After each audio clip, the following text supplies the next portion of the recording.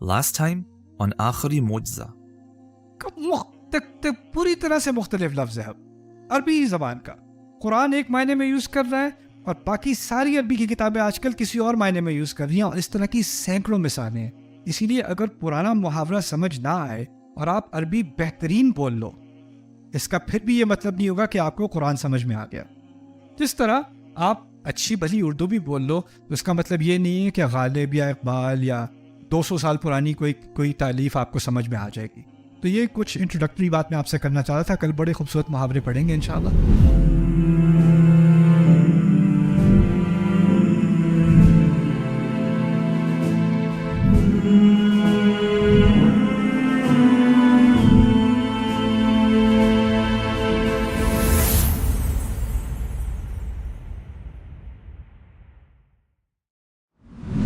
بسم اللہ والصلاة والسلام علی رسول اللہ وعلی آلہ وصحبہ اجمعین. ایک مرتبہ پھر السلام علیکم ورحمۃ اللہ وبرکاتہ. اوکے, آج کا سیشن تھوڑا ریلیکس ہوگا, لیکن آج بڑی خوبصورت باتیں قرآن کے بارے میں سیکھنے کو ملیں گی. اب سے آگے ہمارا کورس ایکچولی شروع ہو رہا ہے.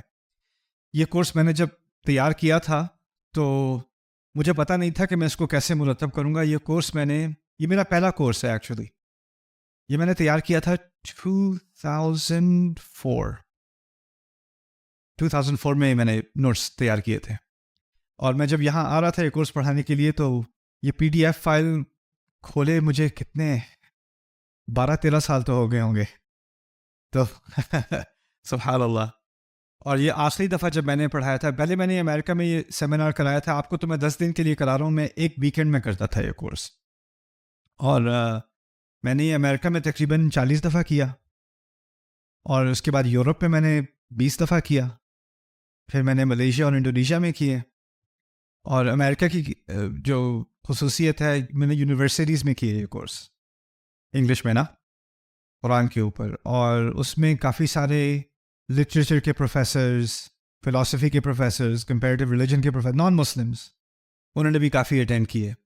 میرے محدود علم تک تقریباً 18 لوگ تھے ان 2 سالوں میں جو مسلمان ہوئے تھے اس پروگرام میں. سبحان اللہ. اکیڈیمیا میں سے. اور میں دعوت نہیں دے رہا تھا, مجھے پتہ بھی نہیں تھا کہ غیر مسلم بیٹھے ہوئے ہیں کلاس کے اندر, but it was enough for them, you know.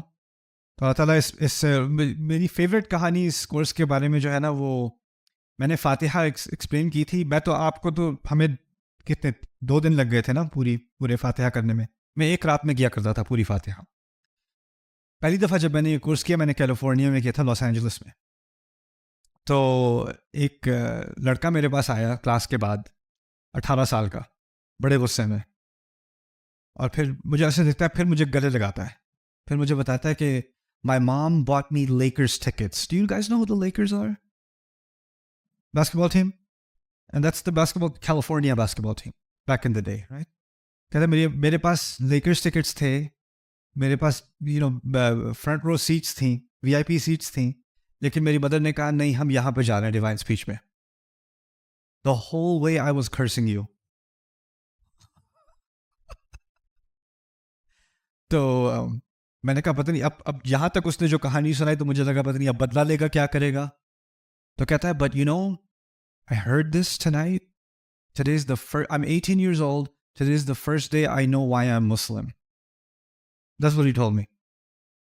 So that made me really happy. کہ یہ ایکسپیرینس بھی ہوتا ہے لوگوں کا. ہم مسلمان فیملی کے حساب سے تو ہیں, مسلمان گھرانوں میں پیدا ہوئے ہیں, لیکن شعوری طور پہ مسلمان ہونا ایک اور چیز ہوتی ہے, رائٹ. تو میری امید ہے کہ انشاءاللہ اس کے بعد آپ کو بھی ایک نیا کنیکشن فیل ہوگا قرآن کے ساتھ. چلیں محاوروں کے بارے میں بات کرتے ہیں. اس کا نام ہے سیکشن 2. سیکشن 1 تھا فاتحہ, سیکشن 2 ہم شروع کر رہے ہیں. اس میں ہم 8 مثالیں کریں گے. میں نے 8 مثالیں چنی ہیں. پہلی مثال ہوگی آنکھوں کی ٹھنڈک. آنکھوں کی ٹھنڈک ایسا محاورہ ہے جو ہم اردو میں بھی یوز کرتے ہیں نا, آپ لوگ بھی استعمال کرتے ہیں, میری آنکھوں کی ٹھنڈک. لیکن یہ محاورہ اصل میں قرۃ اعین, یہ قرآن کا ایک محاورہ ہے, اور قرآن سے پہلے یہ عرب استعمال کرتے تھے, اور عرب کے اس کے 2 استعمال تھے. میں دونوں پہلے استعمال سمجھا دوں, پھر قرآن کی طرف دیکھتے ہیں قرآن نے اس کو کیسے یوز کیا ہے. پہلا اس کا استعمال تھا دعا کسی کے لیے کرنا اور دعا کسی کے خلاف کرنا, یعنی اچھی دعا کرنا اور بد دعا دینا.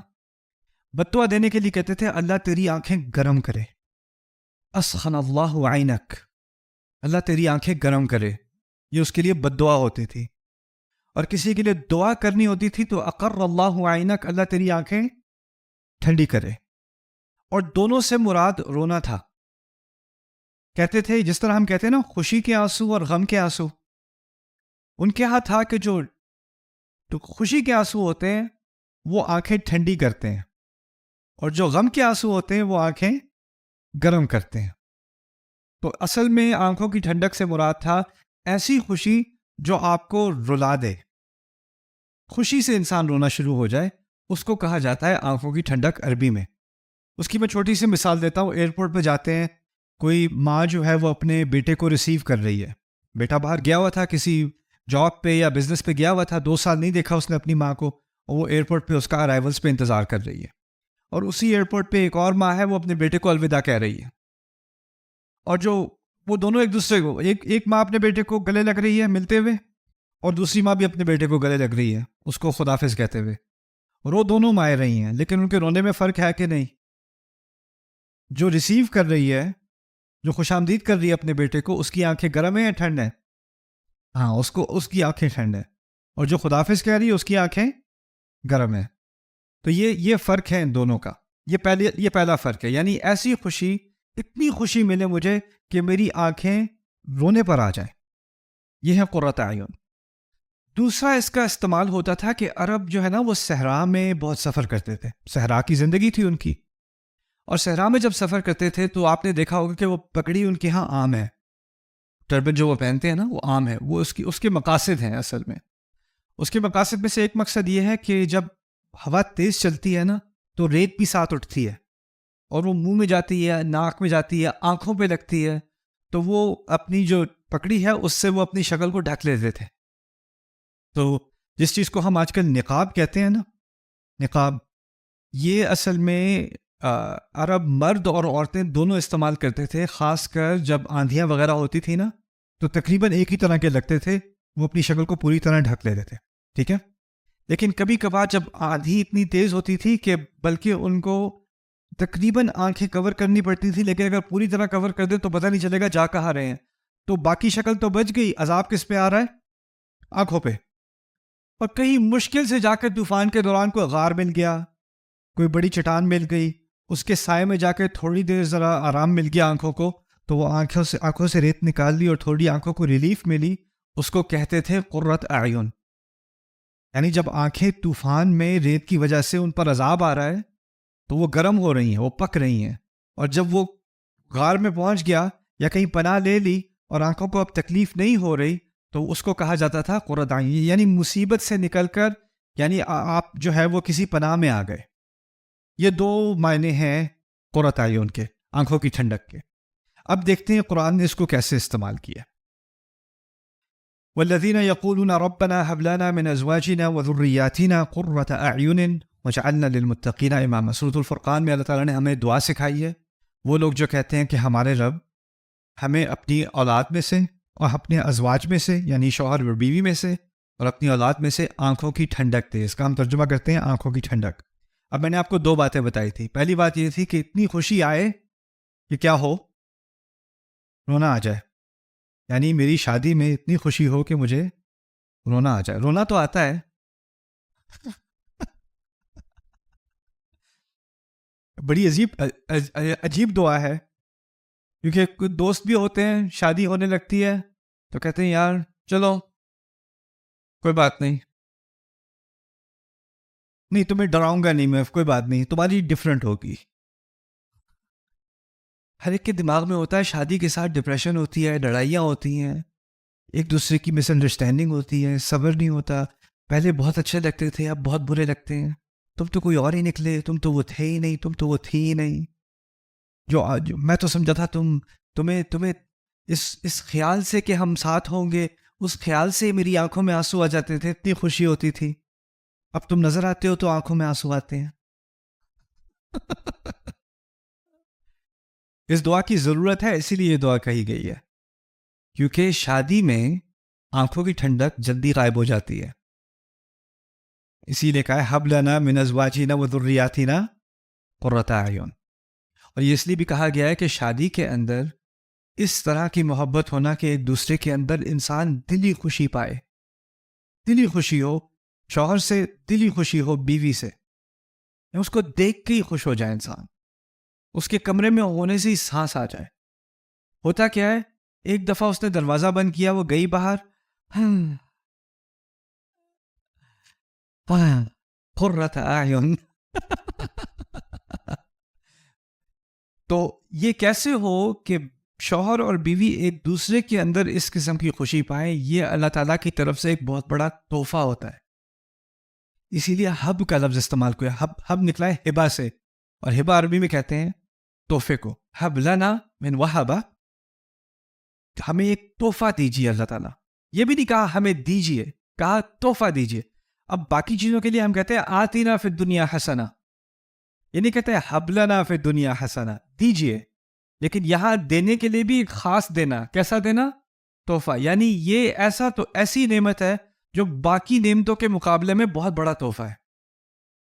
اولاد کے اندر اور بیوی اور شوہر کے اندر اللہ تعالیٰ آنکھوں کی ٹھنڈک دے۔ دوسری بات کیا ہے کہ اس طرح سے مثال دی جا رہی ہے بہت مختصر الفاظ میں کہ باہر کی جو دنیا ہے نا وہ ایک طوفان ہے۔ باہر آپ جاؤ تو آپ کو ہر طرح کی مشکلات اور خطروں کا سامنا کرنا ہے، اور جیسے ہی آپ گھر کے اندر آؤ گے نا، آپ اپنے شوہر کے پاس آؤ یا اپنے بیوی کے پاس آؤ، تو اب آپ پناہ میں آ گئے۔ اب آپ کی آنکھوں پر گرمی نہیں لگ رہی، اب آپ کی آنکھیں فائنلی ٹھنڈک میں ہیں، اب آپ پر امان میں ہیں، آپ بالکل حفظ و امان میں ہیں، اب یو کمپلیٹلی سیف۔ یہ مقصد ہے کہنے کا۔ اب ہوتا کیا ہے کہ لڑائیاں ہو رہی ہیں گھر میں، طوفان باہر نہیں ہے، طوفان کہاں ہے؟ اندر۔ اور طوفان سے بچنے کے لیے کیا کرتے ہیں؟ میں جا رہا ہوں، وہ باہر جا کے آنکھوں کی ٹھنڈک ملتی ہے، اور اندر جانے سے پہلے انا للہ و انا الیہ راجعون، اور پھر دروازے کے اندر یا ایک بڑی سانس لے کے پھر بیل بجائی۔ یہ بتائے اب جو سکون تھا وہ ختم ہونے والا ہے۔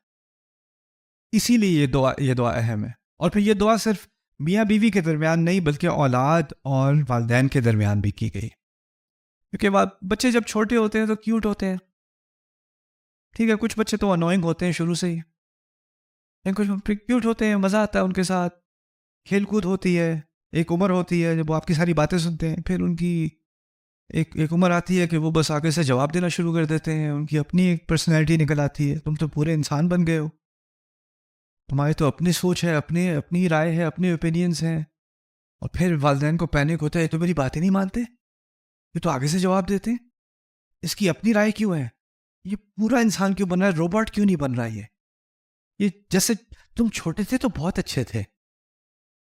آپ کو کبھی کوئی سننے کو ملے گا چھوٹے تھے تو بہت اچھے تھے، پتہ نہیں تمہیں کیا ہو گیا۔ لیکن آپ اگر اس بات کا اندازہ کریں کہ جب انسان بڑھتا ہے نا تو اس کی خود مختاری اور آزادی، ذہنی آزادی بڑھتی ہے، اور اس وقت اختلاف ہونا اصل میں یہ نیچر کا تقاضا ہے، یہ طبیعت کا تقاضا ہے، یہ ہونا ہی تھا اور ایسا ہونا چاہیے، اور اگر ایسا نہ ہو تو پھر اس میں نفسیاتی مرض ہے۔ اصل میں وہ نیچرل ہے کہ وہ جب ہوگا، جیسے جیسے انسان بڑا ہوگا، لڑکی یا لڑکا بڑے ہوں گے تو ان کی اپنی رائے بنے گی، ان کے اختلافات ہوں گے، ان کے اپنے جذبات ہوں گے، یہ تو نیچر کا حصہ ہے۔ لیکن ان سارے اختلافات کے باوجود میری دعا یہ ہے کہ میرا بیٹا یا میری بیٹی پناہ میرے اندر پائے اور میں پناہ ان کے اندر پاؤں، اور خوشی مجھے اس سے ملے اختلافات کے باوجود، اور خوشی مجھے اس سے اور اس سے مجھ سے ملے۔ ربنا هب لنا من ازواجنا وذرياتنا قرۃ اعین۔ اب میں نے آپ سے جو شروع میں بات کی تھی وہ بار بار واپس آئے گی۔ ہر دعا، اب آپ ہر دعا جو قرآن میں پڑھیں گے نا وہ فاتحہ کی دعا کی روح میں پڑھیں گے۔ فاتحہ میں کہا تھا اہدنا الصراط المستقیم، دعا کی تھی نا، لیکن دعا سے پہلے اپنی کمٹمنٹ پہلے بتائی تھی۔ ایاک نعبد و ایاک نستعین میں کس نے کمٹمنٹ کی ہے؟ ہم نے کی، پھر دعا کی ہے۔ نستعین میں بھی کیا بات تھی؟ پہلے کوشش میں نے کرنی ہے، پھر اللہ نے مدد کرنی ہے۔ جو بھی دعا آپ قرآن میں پڑھیں گے پہلے سے اندازہ کر لو، پہلے میں نے اپنا کام کرنا ہے، اس کے بعد اللہ تعالیٰ کی طرف سے مدد آنی ہے۔ اگر میں کوشش نہیں کروں گا کہ میری اور میری بیوی کے درمیان کہ اس رشتے میں محبت زیادہ بڑھے، ایک دوسرے پہ اعتماد زیادہ بڑھے، ہم ایک دوسرے کے اندر پناہ پائیں، اگر میں اس کی طرف کوشش یا کام نہیں کر رہا تو پھر اس دعا کا کوئی فائدہ نہیں ہے کیونکہ آپ نے اپنا حصہ نہیں کیا. بچوں کے ساتھ تعلقات صرف دعا سے فکس نہیں ہو جائیں گے. آپ کو اگر خود کمیونیکیشن نہیں کرنی ان کے ساتھ آپ نے خود کھل کر بات نہیں کرنی, ان سمجھنا نہیں کہ ان کے جذبات کیا. اور اگر پیرنٹس آپ کے ساتھ اچھا تعلق نہیں ہے, آپ میں سے جو ہے 30-40 سال کے بھی ہو گئے ہو اور آپ کے والدین کے ساتھ اچھے تعلقات نہیں ہیں, اس دعا کی وجہ سے آپ کیا سیکھ رہے ہو؟ اب آپ کو ان میں جا کے پناہ لینی ہوگی اور ان سے پوچھنا ہوگا کہ بھائی ہماری جو ہے لڑائیاں بہت ہوتی ہیں, آپ نے کبھی سوچا کیوں ہوتی ہیں؟ پھر وہ کہیں گے تم بدتمیز ہو اس لیے ہوتی ہیں. اس میں کیا مشکل ہے؟ تم اگر اچھے ہوتے تو کبھی لڑائی نہ ہوتی, کبھی کوئی جھگڑا نہ ہوتا. تم کیا سمجھتے ہو جھگڑا ہماری وجہ سے ہوتا ہے؟ تمہاری وجہ سے ہوتا ہے, اور پھر دوبارہ جھگڑا شروع ہو جائے گا, رائٹ؟ تو آپ کو پھر سمجھ نہیں آتا کہ آپ یہ جو کانفلکٹ ہے اس کو ختم کیسے کریں. تو یہ کانفلکٹ ہر ایک کی زندگی میں کسی نہ کسی موڑ پر ہوتا ہے. میرے ساتھ بھی ہوا ہے, میرے پیرنٹس کے ساتھ بھی ہوا ہے. آئی لو دیم. لیکن اس کو توڑنے کے کچھ طریقے ہمیں سوچنے پڑیں گے, اس کے بارے میں کچھ سوچنا پڑتا ہے. میں نے ایک اپنی مدر کے ساتھ کیا تھا. It help my relationship with my mother so much. میں نے ان سے پوچھنا شروع کیا, جب آپ چھوٹی تھیں تو آپ کی لائف کیسی تھی؟ آپ کیا کرتی تھیں؟ آپ کے دوست کیسے تھے؟ آپ کی لڑائیاں کس سے ہوتی تھیں؟ خالہ سے کیسی لڑائیاں ہوتی تھیں آپ کی؟ اور جتنا آپ ان کی لائف میں دلچسپی لوگے نا, جتنا آپ کسی کے بارے میں ان کو سنانا نہیں, ان سے سننا چاہو گے. کیونکہ ہر ایک کی شکایت کیا ہوتی ہے, میری بات یہ سنتے ہی نہیں ہے, رائٹ؟ میری بات سنتے ہی نہیں ہے. بچے کہتے ہیں میرے پیرنٹس میری بات نہیں سنتے. پیرنٹس کہتے ہیں بچے میری بات نہیں سنتے. بیوی کہتی ہے شوہر یہ تو میری بات نہیں سنتے. شوہر کہتا ہے اس کو تو میری بات سننے کا کوئی شوق ہے ہی نہیں, یہ میری بات سن کے کیا کرے, اس کو تو برداشت نہیں ہوگی میری بات. کوئی کسی کی بات سن نہیں رہا. لیکن سنانے کے بجائے آپ کسی سے کہیں آپ مجھے سنائیں اپنے بارے میں. آپ نے خود جا کے انیشیٹ کیا نا, تو یہ قرۃ اعین کا ایک ہو سکتا ہے کہ یہ ایک سٹیپ ہو. یہ سائڈ پہ میں بات کر رہا ہوں, لیکن ایک نصیحت ہے میری طرف سے ہی کہ ہو سکتا ہے اس سے آپ کے گھروں میں آپ کے بچوں کے ساتھ اور آپ کے اسپاؤسز کے ساتھ ایک چھوٹا سا راستہ کھلنا شروع ہو, اور اس دعا کی طرف ہم قریب آتے چلے جائیں. اچھا, وقالت امرأۃ فرعون قرۃ عین لی. کیا پیاری بات کی تھی انہوں نے. آسیہ نے کہا تھا جب موسیٰ علیہ السلام پانی سے ٹوکری میں ہوتے ہوئے فرعون کے محل تک پہنچے اور انہوں نے بچے کو اٹھا لیا, معلوم تھا کہ یہ بچہ بنو اسرائیل سے ہے. اس کی رنگت سے پتہ چل رہا تھا یہ بنو اسرائیل سے ہے. اس کا مطلب ہے کہ اس کو آفیشلی کیا کرنا چاہیے, قانون کیا کہہ رہا ہے, قتل کر دینا چاہیے اسی وقت. اور وہ بچے کو لے کر فرعون کے سامنے لے گئیں, اور فرعون اس وقت اپنے جنرلوں کے ساتھ یا اپنے کمانڈرز کے ساتھ کیا ڈسکشن کر رہا ہوگا, کتنے مر گئے, کتنی سڑکیں رہ گئیں, کتنے قتل ہو گئے. اور بیچ میں میٹنگ کے دوران آواز آتی ہے, وہ بھی بچوں کو مارنے کی بات کر رہے ہیں اور بیبی کی آواز آ گئی. اور ماں نے بھی کیا کیا, اس کے سامنے لے آئیں آسیہ, ماں تو نہیں, اڈاپٹنگ مدر, سامنے لے آئیں اور سامنے لے کے کہا قرۃ عین لی, یہ آنکھوں کی ٹھنڈک بنے گا میرے لیے. ان کے لیے نہیں کہا, فرعون کے لیے نہیں کہا, اپنے لیے کہا. قرۃ عین سے کیا مراد ہے؟ میں نے 2 باتیں کہی تھیں. اتنی خوشی کے آنسو آئے. کیوں؟ کیونکہ وہ بیچاری گرم آنسو تو روز روتی ہے, فرعون سے شادی ہے, اس کو بھی پتا ہے کتنی ڈپریس ہے. آپ لوگ بڑھا چڑھا کر اپنی سچویشن بتاتے ہیں, یار میں کس فرعون کے ساتھ پھنس گیا ہوں. وہ واقعی فرعون کے ساتھ پھنس گئی ہیں, رائٹ؟ تو وہ تو ہے ڈپریشن میں. تو اب وہ کہہ رہی ہیں آپ کو بھی پتا ہے آپ کون ہیں, لیکن کم از کم مجھے آنکھوں کی ٹھنڈک اس سے تو ملے گی, اس کو میرے پاس رہنے دے, مجھے خوشی آئے گی اس سے. قرۃ عین لی. اور دوسری بات تھی کہ وہ ایک طوفان کے اندر رہ رہی ہیں, اور اس طوفان سے پناہ انہیں کب ملے گی؟ جب وہ اس بچے کے ساتھ ہوں گی. پھر یہ بھی کہہ دیا ساتھ میں, اور لگتا ہے کہ آپ کو بھی اس بچے کی ضرورت ہے, وَلَكَ, آپ کے لیے بھی. یعنی معلوم ہوتا ہے کہ جب موسیٰ علیہ السلام کو فرعون نے دیکھا نا, تو اس کے چہرے پہ بھی کچھ فرق آ گیا, اور انہوں نے نوٹ کیا کہ یہ تو صرف میرے لیے نہیں ہے, یہ تو لگتا ہے ان کو بھی پسند آ گیا ہے. تو انہوں نے وَلَكَ کا اضافہ کر دیا. شروع میں نہیں کہا تھا قرۃ عین لنا, یہ ہم دونوں کے لیے آنکھوں کی ٹھنڈک, یہ ایسے نہیں کہا, اپنی بات کی تھی. اور پھر فرعون کا بھی اضافہ کیا وَلَكَ. اوکے, فلا, یہ بڑی پیاری آیت ہے. فلا تعلم نفس ما اخفی لهم من قرۃ اعین جزاء بما كانوا يعملون. کسی انسان کو نہیں پتا, کسی نفس کو نہیں پتا کہ کیا آنکھوں کی ٹھنڈک اس کے لیے چھپائی گئی ہے. کہاں سے، کیسے، کب، کون سی ایسی چیز ہے جو اس کو ریلیف دے گی، اس کو پناہ دے گی، اس کی مصیبتیں ایک دم سے غائب ہو جائیں گی؟ یا کیسی ایسی خوشی ہے، اس کو گمان بھی نہیں تھا کہ ایسی خوشی ہو سکتی ہے اس کی زندگی میں. ایسی چیز اس کے لیے اللہ تعالیٰ نے کہا کسی نفس کو نہیں پتا، کسی انسان کو نہیں پتا اس کی خوشی کہاں سے آئے گی. اس میں بہت ساری حکمتیں شامل ہیں، اور ایک حکمت یہ بھی شامل ہے ہمیں پورا اعتماد ہوتا ہے، ہمیں پتہ ہوتا ہے ہماری خوشی کہاں سے آئے گی. مجھے یہ مل جائے تو میں خوش ہو جاؤں گا، یہ نہیں ہوگا تو میں خوش نہیں ہو سکتا. ایسا ہی ہوتا ہے نا. اور انسان پیچھے پڑ جاتا ہے ایک گول کے پیچھے، یہ مل جائے مجھے خوشی آ جائے گی، اور اگر وہ نہ ملا زندگی برباد.